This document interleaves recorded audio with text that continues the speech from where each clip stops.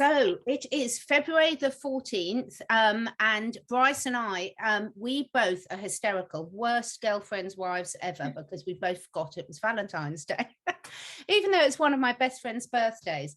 So we thought we'd jump on and do a little impromptu, one of our coffee chats about love and what is love, because there's so much bandied about, isn't there, Brice, about getting to the love vibration and stay in love and stay in that sort of heart space, etc. But a lot of people ban these things around, and I would say it's really important that we all look at how we're embodying them. Yeah, and I don't think we actually truly understand what love is. I know somebody said once, my mother said this once, I think she had heard somebody say that the only true Valentines you'll ever have are your children, because they're that's a super unconditional type of love. And I know we've been talking about that a lot in the Magdalene series that I've been doing on my channel. And I remember when I was going through my trauma therapy after coming out of an abusive relationship, something that really hit me. And I think that girls, as women, I'm not generalizing, but I kind of am generalizing, that we are all kind of guilty of having this misunderstanding of what passion is when it comes to romantic relationships. You know, a lot of times when there's a lot of drama, we think that it is passion, but it's not. It's toxicity, you know, and that's not what love is. Love is not toxic. Love, there actually is a verse in the Bible, and I'm going to read from 1 Corinthians here in a minute, but I know in the book of John, there's a verse in the Bible, and I'm paraphrasing, where he says that God, where there is fear, there is no love, and God is love. And so if you're in a situation with someone where there's a fear response, that's not love. You know, that's not love. And I guess I'll go ahead. I know most people know this Bible verse. It's one of the most commonly read at weddings. It's 1 Corinthians 13.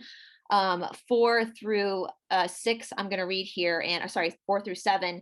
And to me, even though we know the Bible is corrupt and has been manipulated over time, this to me is one of the most powerful passages of love. Love is patient. Love is kind. It does not envy. It does not boast. It is not proud. It is not rude. It is not self-seeking. It is not easily angered. It keeps no record of wrongs. Love does not delight in evil, but rejoices with the truth. It always protects, always trusts, always hopes, and always perseveres. And that to me is there's a very calm undertone to that, you know, and I think that that's the essence of love, whether it's a romantic relationship or a parent-child relationship or a relationship with your animals. You know, there's a calmness, even though emotions might roll up from time to time, there's always this sense of calmness. It does not delight in evil. It does not, you know, true love does not want to see, if someone truly loves you, they don't want to see you suffer. They don't want to see you fail. They want what's best for you without being self-seeking. And I think that that's true across the board for friendships, family members, boyfriends, girlfriends, whatever. It's that true essence of really, really caring about that person's well-being. That's so important. And I love that. I mean, I think that, and there's so many points there I want to sort of come back to, because, you know, we talk about how you can't truly be feeling love or demonstrating love or be in the love vibration if you're in the fear. The two, you can't be in both at the same time. And look at what's happened over not just the last 2 years. I think the last 2 years have brought it to light, but so many relationships, whether it's friends, whether it's family, whether it's work, whether it's romantic, they use fear as a form of manipulation. Mm-hmm. And we've even seen it a lot in a lot of, you know, people that genuinely are coming from the right place. But look how much, in so much of the videos that we watch on both sides, whether it's on the truther or the mainstream, so much is driven by fear. And that is not in the love vibration. And one of the things I see happen an awful lot is you can see a lot of people who think that they're spiritually awakened, and they can say the words but not demonstrate it from the actions. And I'm a really, really strong believer in you walk the talk. You know, you can't, it's no good just saying. It's like when someone says with respect, and then you know they're going to say something rude to you that's not remotely respectful or not coming from a place of love. Yeah. Well, and that comes from also the biggest thing I think to be in that heart vibration is understanding self-love. And I'm not talking about narcissism. I'm not talking about the ego. I'm talking about valuing yourself, being your own best friend. Because I think when we learn to do that as a human species, then we'll be able to put up boundaries and only allow people in our lives that carry that same essence of the true love too, if that makes sense. Like, they say that for people that have repeated problems in their lives, it's because there's something in them that they haven't healed. And so they're seeking out another opportunity to heal that. So once we learn how to heal the part of us that's not loving ourselves, I think we will be able to walk into, and fear comes from, I see this a lot in my breakdown of religious cults and all that kind of stuff. It's like, you look at here in the United States, we have the Westboro Baptist Church, which I can't say too much about them, guys, but you can Google them if you don't know who they are. And they're constantly parading around propaganda, trying to scare people into coming into their church. And that's just not God. But my thing is, like, are they doing that because they're afraid that they're not right?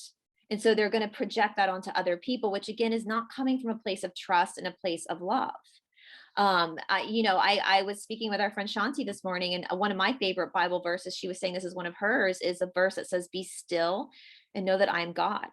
And being able to surrender. And I think that's a part of love too, just being able, how many people do we know in the spiritual world that are always talking about trust the universe, trust the universe, trust the universe, but then they act in a behavior that's not trusting of the universe? Absolutely. And I think this is really, I mean, I know because I was speaking to Brice about it on Friday. I went to a remembrance service for one of my friends that died very suddenly, and it was the most beautiful service on every level. The vicar was absolutely amazing, his widow was absolutely amazing, his family, and it just really, times like that really hit home in terms of what's important, what relationship. And I could look around that room and that there are people that I hadn't seen for quite a long while, and it was really clear to me which ones we interacted with each other from a place of pure, genuine love.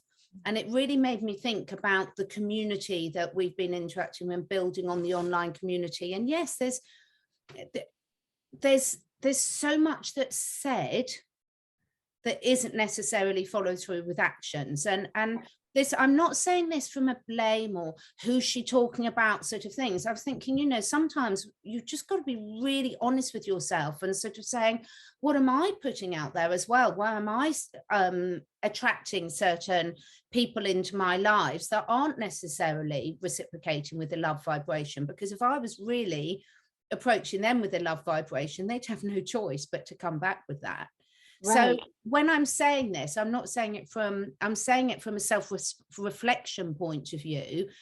And what you just said then, that Bible verse, and what we were talking about how love is calm and it doesn't hold grudges. And for me, what I found is my most lasting friendships, and the ones that I really value from a place of love, are also the ones where you can have those difficult discussions with people, because whatever the message, if it's coming from the right place, then it's received in the right way, is my experience. Well, it kind of goes back to things that we were talking about with Lucy last week about being able, if you really love somebody, when they come to you with a grievance or something's wrong, it could have just been a miscommunication. You have the ears to listen, to understand what they're saying. And therefore there's that patience, that kindness that is coming through.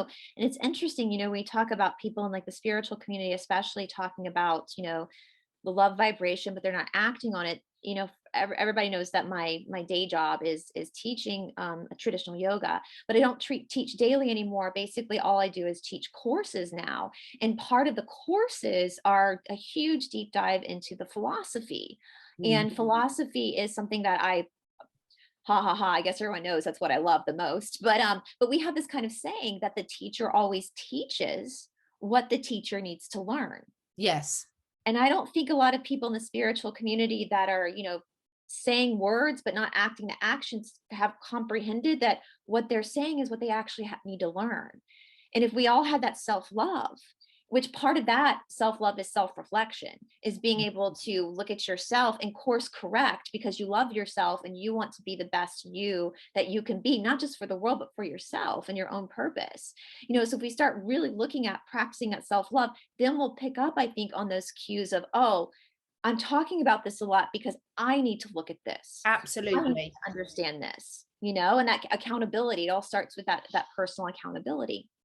Oh, just so important. And it is always, and it's one of the reasons why I love my job so much. And I've got various different strings to my bow like you, is because I'm not going to be working with clients if I'm not doing it myself. So the best way to hold myself accountable is to be talking about this stuff, because it's a constant reminder in a busy world about the importance, basically. So I have just got off a call with the most amazing lady. I'm not going to give away any confidentiality. I'm just going to say, hi, Jodie, we're all sending you so much love.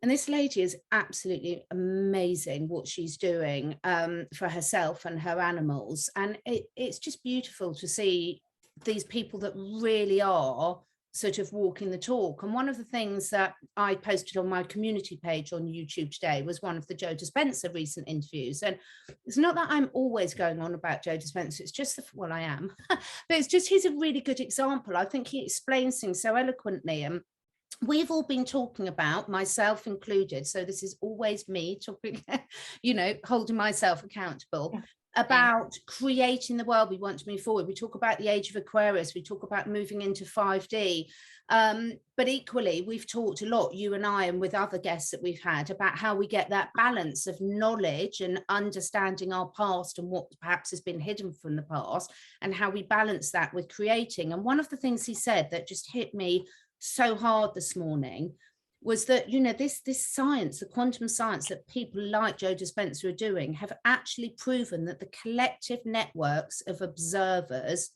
determine reality.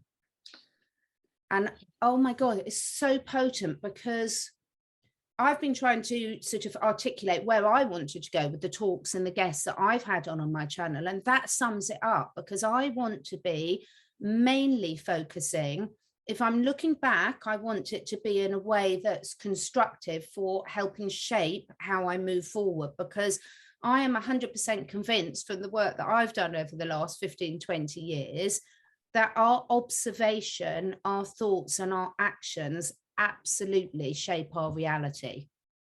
Oh, for sure they do. For sure they do. That's the whole magic of how we are as human beings. As I've said, like we've said, I want to look to the future, because when you go through all the stuff in the past and you start asking why did they do that, you're like, oh, because there's something special about us. There's something special. And so I think we do have that power of a collective. It's almost like a collective group meditation, but Yeah. not in an active state, where if we all start to focus on really that, into that heart vibration, what that really means, then it's destined to change the template in which we live our lives all over the world, for sure. And it's funny, as you're talking to, when you're talking about your friend that passed away, I keep thinking about, like, when we are on our deathbeds, like when people ask you, when you're on your deathbed, like, what's going to be important to you? And my aunt, my mom's sister, passed away. I think she was 42 when she passed away. This was over, like, or maybe actually 20 years ago. And she passed away of cancer. And at that time, she had two children. My cousin, I believe my male cousin was 13 and my female cousin was 8, so very young. And when she was on her deathbed, like right before she passed away, my mom and her sisters were in there, and they kept asking her, like, Mary Jo, what can we do? What can we do? And all she kept saying was, make sure you help Bill with the kids. Make sure, her husband, make sure you help Bill with the kids. And that sense of selfless love in this moment of her being in that much pain, but wanting to make sure everything was going to be okay. And I think if we think about that, like, we don't know when our last day is going to be on this earth. None of us know. And so living each day in that place of, like, if I were to go away, if I were to exit the world today, like, who do I want around me? Exactly. Who do I want people to be mad at me, or do I want to hold a grudge against somebody else that I actually care about? Why not, contact? I've been watching a lot of other people talk about this, like, when miscommunication happens, like, why not just make that contact with that person? If you keep thinking about it, contact them, figure it out, because we don't know when our last day is. We don't know when we're going to get a second chance to correct something and to go back to that vibration of love. And it's so important. A couple of things that you said there, that one, make that contact, be the bigger person, make the contact, because the thing is, however it goes, that contact is meant to be, and it will give you a very good reflection of where that person is at, and therefore whether they're right to be in your life or not. But when you take that first step and lead and initiate that, you're truly opening up your doors, your heart, etc., for, like you said, to really listen. And what we're not responsible for is how that's received, which is, I think really, really important. And not to beat yourself up, hopefully it would be received well, but if it's not going to be received well, then that's obviously meant to be. And it's much better knowing than second guessing everything in your head. Yeah. And the other thing that you were saying there is about the meditation. Now, I've been meditating for a long while, but like everything, I do have good periods and bad periods where sometimes I'm far more dedicated in my practice of meditation than others. And what is blatantly apparent is when I'm really dedicated to it, everything in my life shifts. So one of the things I wanted to put out there to our listeners today, completely voluntary, I'm not going to be leading any guided meditations, because for me, everyone has their own personal style about what resonates with them right here, right now. So sometimes I might like to do silent meditation. Sometimes I like to do walking. Sometimes I like listening to a certain person and style of guided meditations. And that's very unique to individuals. And that will change over time, depending on what you resonate with then. But I am publicly committing to doing sort of at least an hour of meditation a day. Sometimes it will be a block of an hour. Sometimes it will be 2.5 hours. And I'm going to be telling you in our coffee chats how that's changing things for me. And I would really like to encourage anyone who's listened to that, if there's even a little bit of you that thinks, yes, I'm going to give it a go, give it a go. I'm happy for you to contact me. And if you want us to talk more about that and some tips and things, we can. Yeah. But I just think if we all step into this consistency, why don't we see what we can all create together over the next moving forward? I love that. And I want to say too, like with meditation, because I think that's fantastic, because it is, and I agree with you, like when I am, and I have to be consistent for the most part in order for me to keep my authorization to keep teaching. But the form of meditation that I practice is called the Tristana method, and it comes through active meditation, which I won't get too much into that here, but there's so many different forms of meditation, guys. So I know a lot of people are very like, sometimes get like put off by just sitting in silence. No, there's so many different, like you talked about the walking meditation. The Tristana method that I do is active meditation. Yeah. So that breath, gaze point, and posture. So my eyes aren't closed, they're focused on a gaze point, and that comes through my practice, and that is the active meditation. And it's so funny because I was telling our friend Shanti this morning a little while back, while I was practicing. And when I practice, I don't listen to anything. And I'm a huge music lover, but I don't put anything on that can potentially distract me from what I'm really feeling. But I was practicing, and I got this voice that talks to me from time to time, said, "This is your magic weapon. This is what's going to liberate you. Keep doing this. This is why I sent you to India. This is your saving grace." And that liberation is also that heart vibration, where we're not, we talk a lot about the ego and pride, and there's a cheesy quote, ego is edging God out. Well, the ego is the false illusion of the self. So when the ego is too big, then you're not even in touch with who you really are. And sometimes living in that love, you do have to swallow that pride and humble yourself and be vulnerable. And meditation can show you that, can show you where there's vulnerabilities. And once you can fall into that, lean into that vulnerability, you become more human.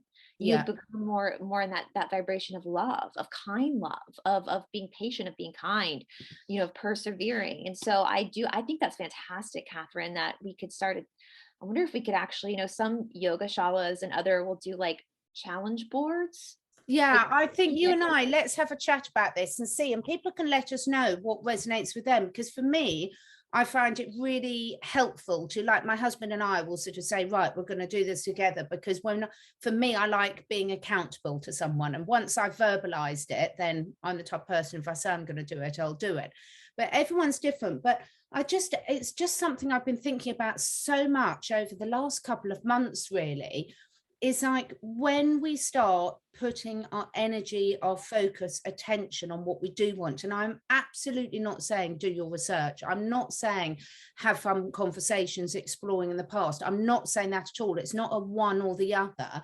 Yeah. I'm just saying that when we so talk about we want certain things to happen, well, there's so much science behind it. For those of you that like to know how it works on a quantum physics level, there's so much stuff that you can look at.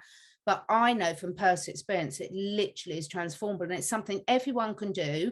It costs you nothing. It can fit in with any other lifestyle, and you can literally explore different techniques and see what works for you. As I said, I mix it up a lot depending on what resonates with me in that at that time. And sometimes I like to listen to guided meditation. Sometimes I like complete silence.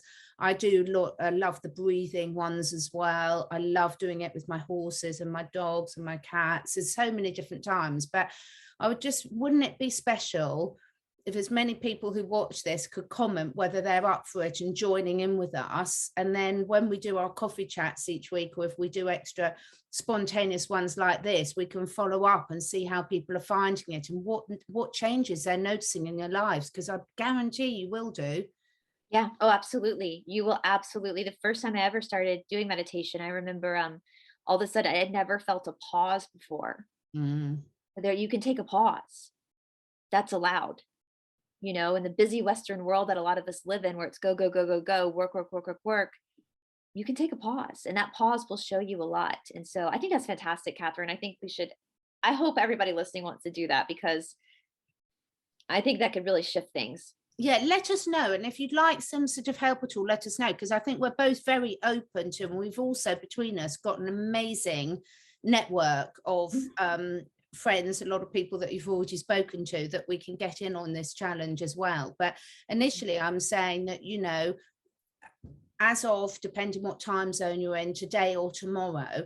And when I say now, that's an indication. I don't sit there and set my watch sort of thing. It's just like, what I'm saying is I'm going to dedicate a certain amount of time to it, and I'm not going to skimp on it. And that is a non-negotiable in my diary. And the thing is, I mean, Joe Dispenza's got a new Love one out that I just really love. And the effect, Brice, that it had on my dogs and cats when we played it with them was absolutely profound. What it brought up to them emotionally. And that one, and there's a really beautiful one by Wayne Dyer that you can get free, different versions all over YouTube, called I Am That I Am.